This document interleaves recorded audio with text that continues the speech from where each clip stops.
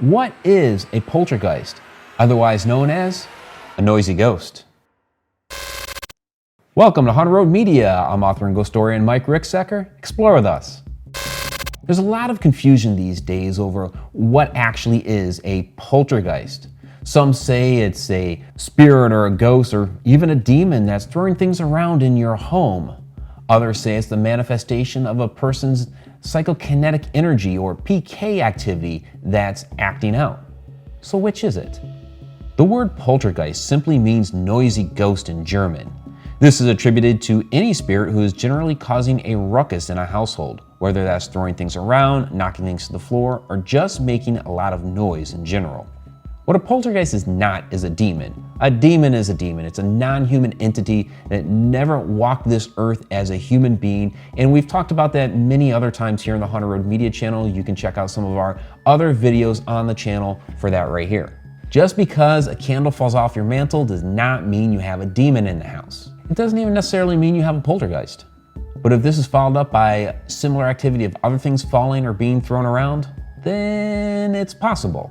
If you're familiar with Peeves the Poltergeist from the Harry Potter books, then that's actually a pretty good representation of what a poltergeist actually is. Noisy, mischievous, and causing a whole bunch of chaos.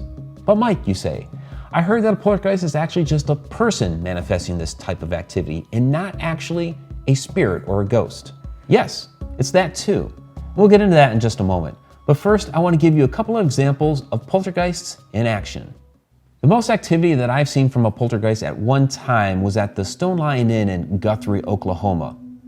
One night when I was investigating the house, the activity started when I was simply just doing an EMF sweep of the house, an electromagnetic field sweep, and just walking into the library, which didn't usually see much activity. I was passing in front of the fireplace, and all of a sudden this huge wave of energy just overcame me. The meter spiked out into the red, and I almost passed out. It's kind of like a prelude of things to come. I mean, that was before we really got into the actual investigation. Well, as we started the actual investigation, we were passing through the main entrance hall of the house, and we had noticed that a bureau that's set up there had one of its drawers slightly open. We didn't really pay it any mind, just kind of acknowledged, oh yeah, the drawer's open, that's kind of weird. And we passed by it to go into the parlor suite, one of the suites, one of the bedrooms that's set up there for the bed and breakfast. And we were only back there for maybe a minute or two when we suddenly heard a slam come from out in the entrance hall. So we went out there, checking things out. One of the other investigators got out a tri-field meter. I started snapping photographs on a camera, and I caught a fantastic white wisp in my photos. So at that time, we determined that it was too crowded back in the parlor suite for us. We'd break up into two groups. One group would go back to the parlor suite, and I would lead another up the stairs to the second floor. Well, as I got to the middle landing of the stairs, another investigator started up. A framed photograph that was on the wall there next to the stairs just crashed and shattered across the stairs. You know, we all jumped because it totally surprised us. Actually turned out to be a framed photograph of Lizzie Borden, which was kind of crazy. But there were a couple of cases of poltergeist activity, the drawer being slammed shut and the framed photograph being dropped and crashing across the stairs. What's interesting is that in all the other times I've investigated the Stone Lion Inn, we didn't receive anywhere near this type of physical activity. Shauna has an even wilder tale to tell. My story happened at CBC Cafe in Canksville, Illinois. Right before all the chaos happened, we all decided to move to the back of the building. And as soon as the last person went through the door to go to the back, something or somebody slammed it shut. So we did what we needed to do in the back of the building. We came to the door, opened it up. All of us saw a shadow as soon as we opened the door, and it was a big shadow. It stood there and it moved across the room and it just vanished. So we came back out and sat down like we were doing before. Meanwhile, upstairs we were hearing a lot of movement. Sounded like heavy furniture being moved around. I was the first one to feel like exiting the premises fast. So I got my stuff and I started making tracks towards the door, and everybody else was following me. And since I was the first one to the door, as I turned around, the first thing I noticed was a lot more noise from upstairs, and it sounded like it was coming downstairs where we were at. And there was some plastic covering a doorway across the room, and something or somebody split it down the middle, cut it down the middle.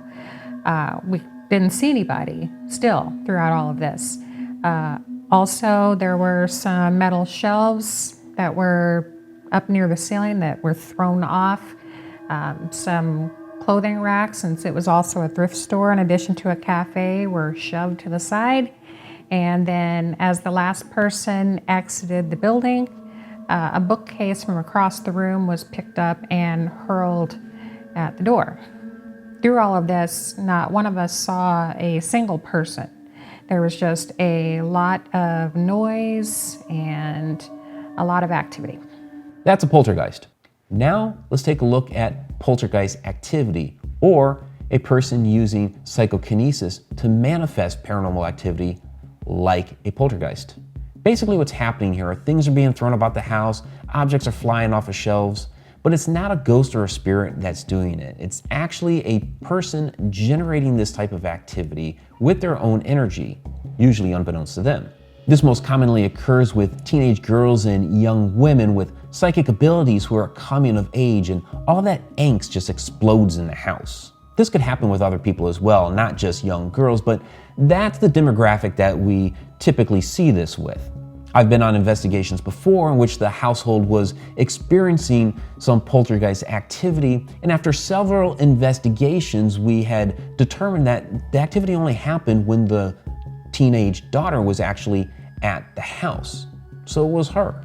Now, let's break this down, since there are so many people these days saying that a poltergeist is not actually a ghost or a spirit, but is actually the manifestation of a person's PK activity. Again, poltergeist is German for noisy ghost. Well, first of all, if you're acknowledging that this is not actually a ghost or a spirit, then that automatically eliminates a poltergeist, since a poltergeist is a ghost, a noisy one, noisy ghost. Secondly, if you actually are trying to say that a person in this situation is creating a ghost, then I would argue that a human being cannot create a real ghost or spirit. If we could, then I'd be generating all kinds of apparitions around Halloween time to scare the shit out of people. But can a human being create a ghost or a spirit? The soul of a person, or the trapped energy from the soul of a person? Nah, I don't believe that. So what's really going on here? Why are so many people saying that this PK manifestation is what a poltergeist really is? The problem is the use of language. Because we relate this type of activity to what a poltergeist actually does, we at first started calling it poltergeist-like activity. Then over time, shortened it to poltergeist activity. Then over more time, started believing that this is what a poltergeist actually is.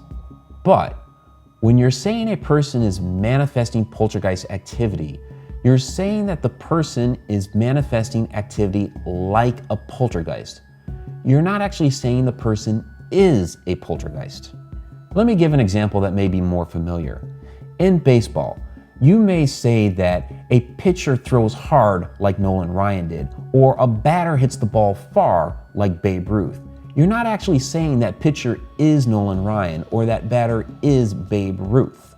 You're saying those players are performing activities like Nolan Ryan and like Babe Ruth. Similarly, when a person manifests poltergeist activity, they're creating paranormal activity like a poltergeist. They are not actually creating a poltergeist, and they are not the poltergeist themselves. So, a poltergeist is one thing, a ghost or a spirit being noisy, throwing things around, creating chaos. And a person manifesting poltergeist activity is another thing. Two separate things performing the same activity. Another quick baseball analogy. I can break a window by throwing a baseball at it, and someone else can set up a pitching machine to break a window by throwing a baseball at it. But I'm not a pitching machine. Two separate things performing the same activity. I hope this clears up some of the confusion, and I'm sure some of you disagree with me, which I don't mind. If you'd like more information about a variety of paranormal topics, please check out our other videos off to the side. I'm Mike Ricksecker. Till next time.